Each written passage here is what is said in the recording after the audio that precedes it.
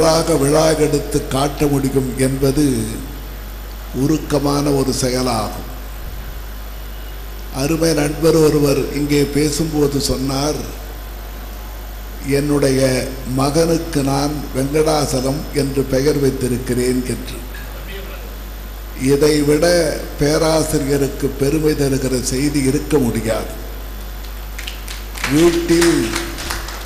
வீட்டில் பிள்ளைக்கு வைத்த பெயர் மராட்டிய மாநிலத்தில் அந்த மகனுக்கு பெயர் பீமராவ் என்றுதான் வைத்திருந்தார்கள்.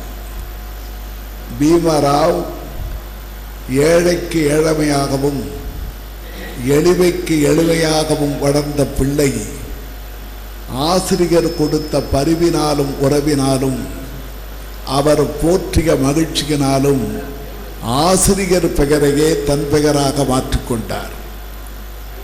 இது யாரிடத்தில் பார்க்க முடியும்?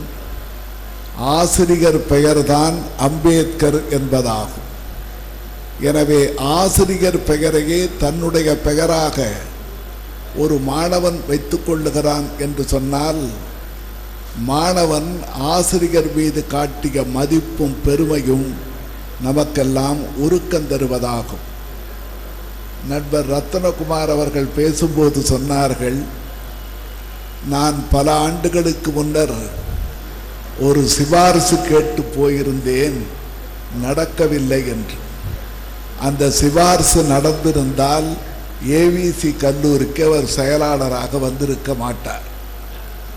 எனவே என்னிடத்தில் போனால் சிபாரிசு நடக்காது என்கிற கருத்தையாவது அவர் வலியுறுத்தியதில் எனக்கு பெரிய மகிழ்ச்சி தான். பெருமக்களே, வணிகத்துறையில் பணியாற்றுகிறவர்களுக்கு கணக்கு நுணுக்கமும் கருத்தாழமும் எல்லாவற்றையும் எண்ணி பார்க்கிற திறமும் மிக பெரிதும் வேண்டும் என்பார்கள். அப்படிப்பட்ட கணக்கு துறையில் வல்லவராக நுணுக்கத்தோடு அறிந்த நண்பர் வெங்கடாசலம் மாணவர்கள் மீது எவ்வளவு உருக்கத்தை காட்டியிருக்கிறார் என்பதை காணும் பொழுது நம்முடைய உள்ளம் உருகுகிறது. அவர் எழுதிய நூல்களையும் படித்தேன். கல்வி கண் தந்தவர், கல்வி காட்சி தந்தவர், கல்வியால் மாணவர்களின் மனம் கவர்ந்தவர் என்ற வகையில் அவர் தன்னுடைய நிறைவு விழாவில் பெருந்தலைவர் காமராசரை பற்றிய நூலை வெளியிடுவது மிகப்பெரிய மகிழ்ச்சியை தருகிறது.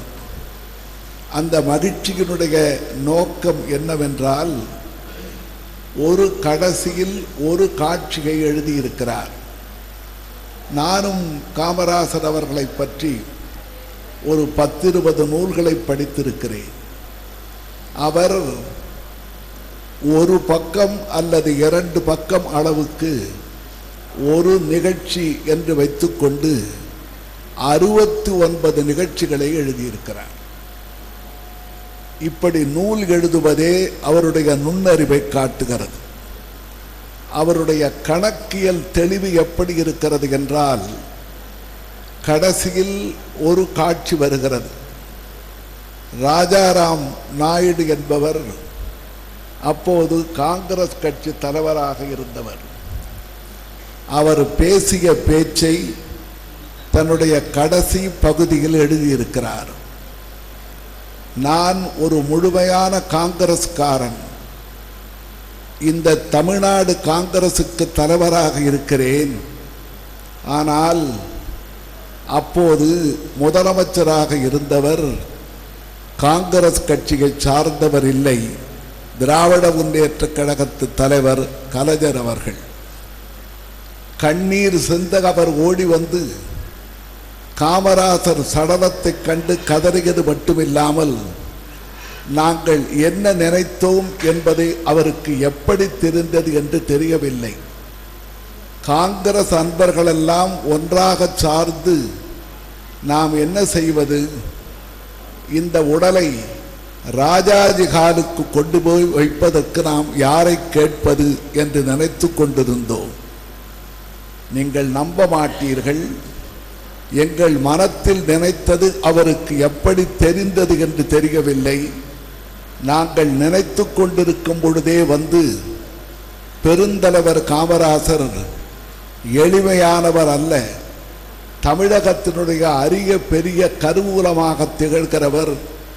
அவருடைய உடலை நாம் ராஜாஜி காலில் வைப்பது மட்டுமில்லை, அரசு படையின் அணிவணக்கத்தோடு அவருக்கு மிக பெருமிதமான ஒரு இடத்தில் ஒரு நினைவு மண்டபத்தை எழுப்ப வேண்டும் என்று சொன்னது மட்டுமில்லாமல் அவர் சொல்லி முடித்தவுடனேயே மழை பெய்ய ஆரம்பித்தது. இந்த பெய்த மழையில் ஈரம் உடம்பில் நனைக நனைக இல்லாத நேரத்தில் தான் வந்திருந்த வாகனங்களை எல்லாம் திருப்பி விளக்கொளி பாய்க்க சொல்லி அந்த இடத்திலே தான் காமராசருக்கு நினைவு மண்டபத்தை எழுப்பினார்கள். இந்த நன்றி உணர்ச்சி தான் நாட்டுக்கு வேண்டிய உணர்ச்சி என்று எழுதியிருக்கிறார். அருமை நண்பர் வெங்கடாசலம் அவர்கள் காட்டுகிற அந்த நன்றி உணர்ச்சியை அவர் தன்னுடைய தலைவரிடத்தில் காட்டிய நன்றி உணர்ச்சியாகவும் மாணவர்கள் காட்டுகிற நன்றி உணர்ச்சியாகவும் ஒரு நன்றி பெருக்கின் விழாவாகவே இந்த நிகழ்ச்சி நடந்திருப்பதை நான் கண்டு பெரிதும் நெகிழ்ச்சி அடைகிறேன். காமராசர் வாழ்வில் அந்த நாளில் எப்படியெல்லாம் அரசு இருந்தது என்பதும் அலுவலர்களிடத்தில் எப்படி பழகினார் என்றும் அமைச்சர்களுக்கு எப்படி அறிவுரை கூறினார் என்றும் அவர் எப்படியெல்லாம் தன்னுடைய வாழ்க்கையை நடத்தினார் என்பதை ஒரு பணி நிறைவு நாளின் போது பணி நிறைவை நினைவுத்தமாக வெளியிடுகிற திறம் இருக்கிறதே, அது நம்முடைய வன்மீக வெங்கடாசலம் அவர்களுடைய தெளிந்த நல்லறிவை காட்டுகிறது. அது மட்டுமில்லை, வணிகத் துறையிலே இருப்பவர்கள், பொருளியல் துறையிலே இருக்கிறவர்கள், அல்லது ஒரு வங்கியிலே பணியாற்றுகிறவர்கள், வாழ்வியற் கலையை கற்று தருகிறவர்கள், புகழ் வாய்ந்த மருத்துவர்களாக திகழ்கிறவர்கள் எல்லாம் தங்களுடைய துறை மட்டும் போதும் என்று நினைத்து கொண்டு இருந்தால் ஒன்றும் குறை வராது. என்றாலும் கூட வாய் திறந்தால் வள்ளலார் பாடல்களை பாடுவது என்பது தன்னுடைய வாழ்வியல் என்று நினைத்து உருகுகிற ஒரு மருத்துவரையும் தமிழ் நலம் காக்க வேண்டும் என்று நினைக்கிற நினைப்பையும் பார்க்கும்போது வன்மீக வெங்கடாசலம் அவர்கள் தமிழ் காதலில் உருகி இருக்கிறார். திருக்குறளுக்கு விளக்கம் எழுதி காட்டுவது, சங்க இலக்கிய பாடல்களுக்கெல்லாம் உரை கண்டு உருகுவது, ஆங்கிலத்தில் சங்க இலக்கியங்கள் மொழிபெயர்த்திருப்பதை பாட்டு பார்த்து மனம் நெகிழ்வது என்கிற வகையில் அவர் ஒரு தமிழ்துறை பேராசிரியருக்கு இருக்கிற அன்பை விட இவருடைய பண்பு ஒரு படி உயர்ந்திருக்கிறது என்று நாம் சொல்லி காட்டலாம். அப்போதுதான் தமிழகத்துக்கு நன்மை வரும். காரணம், தமிழ் என்பது பொதுவான துறை. எந்த துறையில் எவர் இருந்தாலும் அவர்கள் தமிழ் காதலர்களாக திகழ வேண்டும் என்பதை நம்முடைய பேராசிரியர் வாழ்க்கையில் நாம் காண்கிறோம்.